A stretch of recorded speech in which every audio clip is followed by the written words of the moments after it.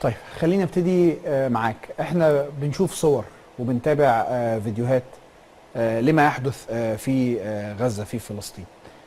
انت شايف بعين تانية مختلفة، انت الاهل والاحباب وكل الناس هناك، ايه اللي بيحصل؟ اول شيء حابب احكي لك انه الوضع الحقيقي او الواقعي اسوأ بكتير من اللي بنشوفه على الصور. لانه احنا ممكن نشوف صورة في الوقت هاد، في نفس الوقت في صورة تانية ابشع، بس ما حلفهاش الحظ ان هي تظهر. صحيح.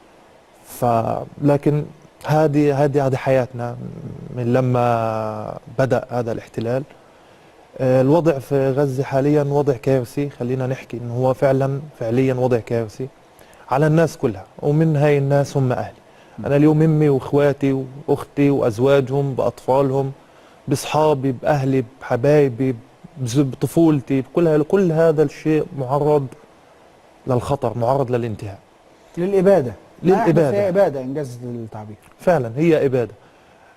الأمر صعب كتير والمصاب جلل يعني. لكن بعتقد أنه سمة الصمود فعلا والثبات هي موجودة عندنا، وأمر يعني مش راح يتخلى عنه الشعب. قل لي إيه اللي موجود عند الشعب الفلسطيني مخليه عنده القدرة دي على الثبات والتثبيت؟ أنا بشوف فيديوهات لآباء وأمهات بيفقدوا ولادهم ويقدموهم شهداء وما عندهمش مشكلة يقدموا تاني ويقدموا أرواحهم. جايبين منين الثبات ده؟ زي ما بيحكوا بالبلدي، صاحب الحق عينه قوية. صاحب الحق عينه قوية. واحنا أصحاب حق، فأكيد يعني صاحب الحق مهما تعرض لكل أنواع الظلم راح يضل عنده أمل ويقين في رب العالمين إنه حقه راح يرجع له. وعلى هذا الأساس اليوم في عائلات بتقدم أعداد كبير من الشهداء.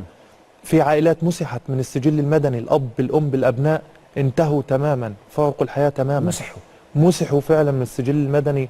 أعتقد في حدود 56 عائلة. الأمر 56 عائلة. 56 عائلة، يعني لدرجة إنه أنت ممكن تحس إن هم ما فيش حدا يبكي عليهم أصلا. يعني ما أعتقدش إنه في حدا ممكن يبكي عليهم. راحوا كلهم. مشاعر، وإحنا بنشوف مناظر ومشاهد تدمي القلب. يعني ناس حتى لدرجة إنه أنا شفت فيديو بصراحة أدماني، يعني لأن أنا حسيت بالموقف كتير، لأنه أنا أبوي توفى الله يرحمه. الله يرحمه. هو في خضم هاي الحرب، في خضم كل هاي المجازر اللي بتصير، والده توفى ميتة الله، يعني مات موتة رب العالمين. ما في حدا يروح معاه ليدفن أبوه. حطه في الشنط في السيارة ورا وراح دفنه لحاله. يعني أمر صعب كتير. All right, let me start with you. Now we see pictures and videos about what is going on there in Gaza Strip, in Palestine. So you have another perspective, all your family members and all the other Palestinians are there. What is going on there? So let me tell you that the real state on the ground is really worse than what you see on the videos. Maybe we see a picture nowadays, and on the other hand, there is a very worse but this is our life actually since this occupation came to our lands. So the conditions now in Gaza Strip, it's a catastrophe. It's a humanitarian catastrophe. And my mother, my brothers and sisters and all their family members, my friends, all my beloved ones, all these members, they are under the risks and even for the atrocity. So yeah, actually it is an atrocity. So this is a very dire situation. It's a very serious situation. But I believe that the perseverance and to stay here. And so tell me, what does the Palestinian people have in order to persevere and to struggle? I see videos for fathers and mothers who lose their their sons and as martyrs, but they can provide more and more. How do they have this kind of perseverance? As we say, if you have the right, you don't care about anything. So whenever you have the right, and even you are under pressure, under any kind of these kinds of actions, so there are many families who provide many martyrs. So some other members who were diminished, totally diminished. Yeah, so we're totally diminished from all the records. About 56 families, so 56 families, they were diminished totally. So maybe you consider that there is no one is going to cry for them or even to feel sad for them. So all of them were demolished. So we see many scenes that are very hard our hearts. So I saw a video that was really hard for me. Actually, my father passed away, and within this war and all these atrocities that happened, so my father passed away. So one of my friends, his father passed away, and no one actually buried his father. So this is really a very difficult situation. The people around the world who see only from one side, not with the other side. So their sons didn't live what you lived, and all these kinds of sounds of the bombardment and the shelling. How did you live your childhood? So let me tell you that today we have a lot of differentiation and discrimination when it comes to this. So they actually turn a blind eye to what is going on here, and they say that they don't see those civilians. But concerning our childhood, I am one of the people who stayed 22 years in Gaza before I traveled. So actually I came under the debris in 2012, 2013, and I lived this war, and I waited for the death as they are waiting for the death right now. So I'm one of those people that I am really confident that all the people, when I went to bed, I felt that the ceiling is going to be on my head, and when I went to bed, I just ask Allah to let me alive. So we have our God, we have Allah, and you depend only on Allah. And so we are Muslims, we are believers, we are true believers. So because you have the right, you are entitled to have this land. So we are civilians who live in different houses. So don't you feel that you're not a patient from the death? So maybe in other words, you say that all of us when we talk, but when you talk it's really different, because you live the condition, you live this situation, and you are till now you live this kind of aggression, this aggression from Israel. So maybe you feel that you're desperate. Yeah, of course, sometimes we fear from death, as Muhammad, peace be upon him, he said that death is really very hard, but actually maybe you say there is no other place to go, either die, to live or die. So maybe you're exposed to death. So you just, we know that the fearness is there, the fear is there. You can see those children who shiver. This is really difficult for us. It actually deteriorates our hearts. It actually really destroys our hearts. So this childhood, I lived this kind of childhood. For me as Mahmoud, I lived this kind of childhood. So when you ask 99% of the children or this generation, they would say that they lived this kind of conditions. So me personally, I lived this life.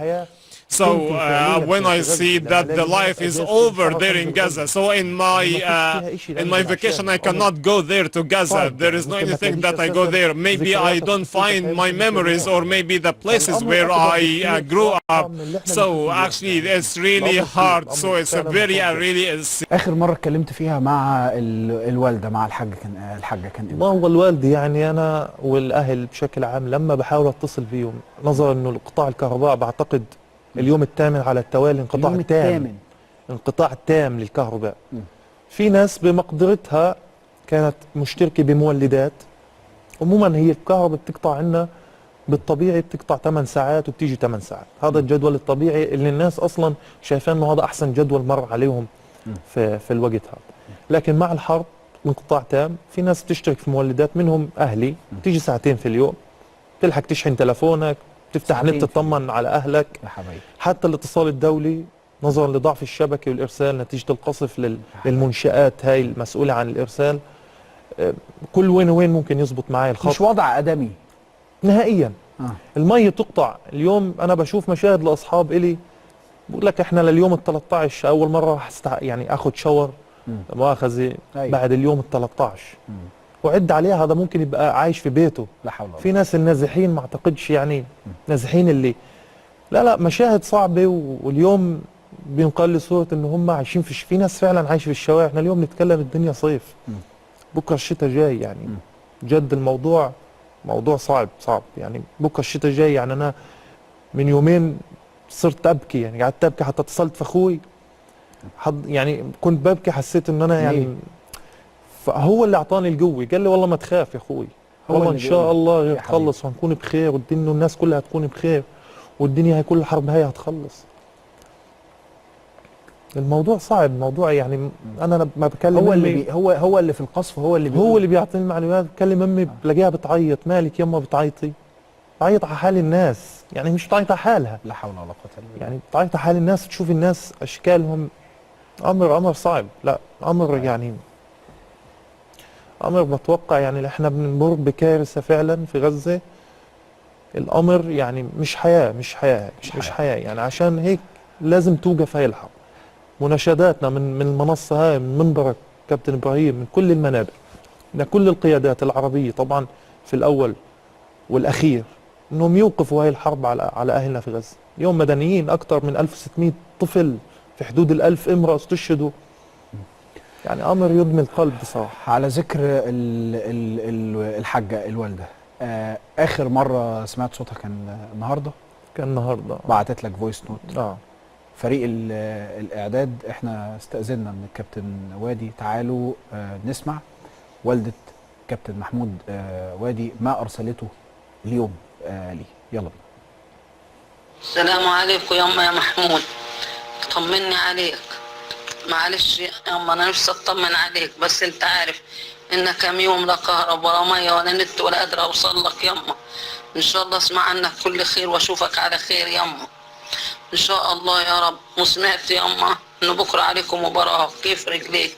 ان شاء الله تكون بخير يما، وان شاء الله ربنا يجبر خاطركم وتفوزوا، واذا لعبت يما تفوز وتجيب هدايا وتهديها لشهداء فلسطين يما يا حبيبي.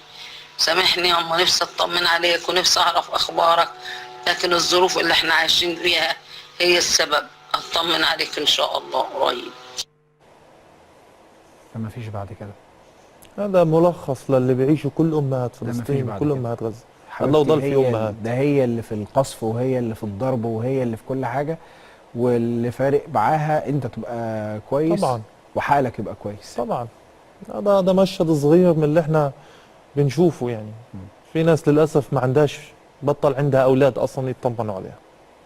لا حول ولا قوه. اعتداء an aggression وقوة and excessive force towards children and towards hospitals. ما كانش في بجاحة. So we haven't seen any kind of those scenes before. Sometimes they like ليه الأمر وصل إلى they were hidden, but nowadays I can't have any kind of expression except for that this is kind of show off in order to kill the children and also to to hit the hospital, to hit a church. So the Muslim and the Christians, all of them, their bloods are together. So did they get to this kind of level and excessive force and this kind of arrogance to be like that?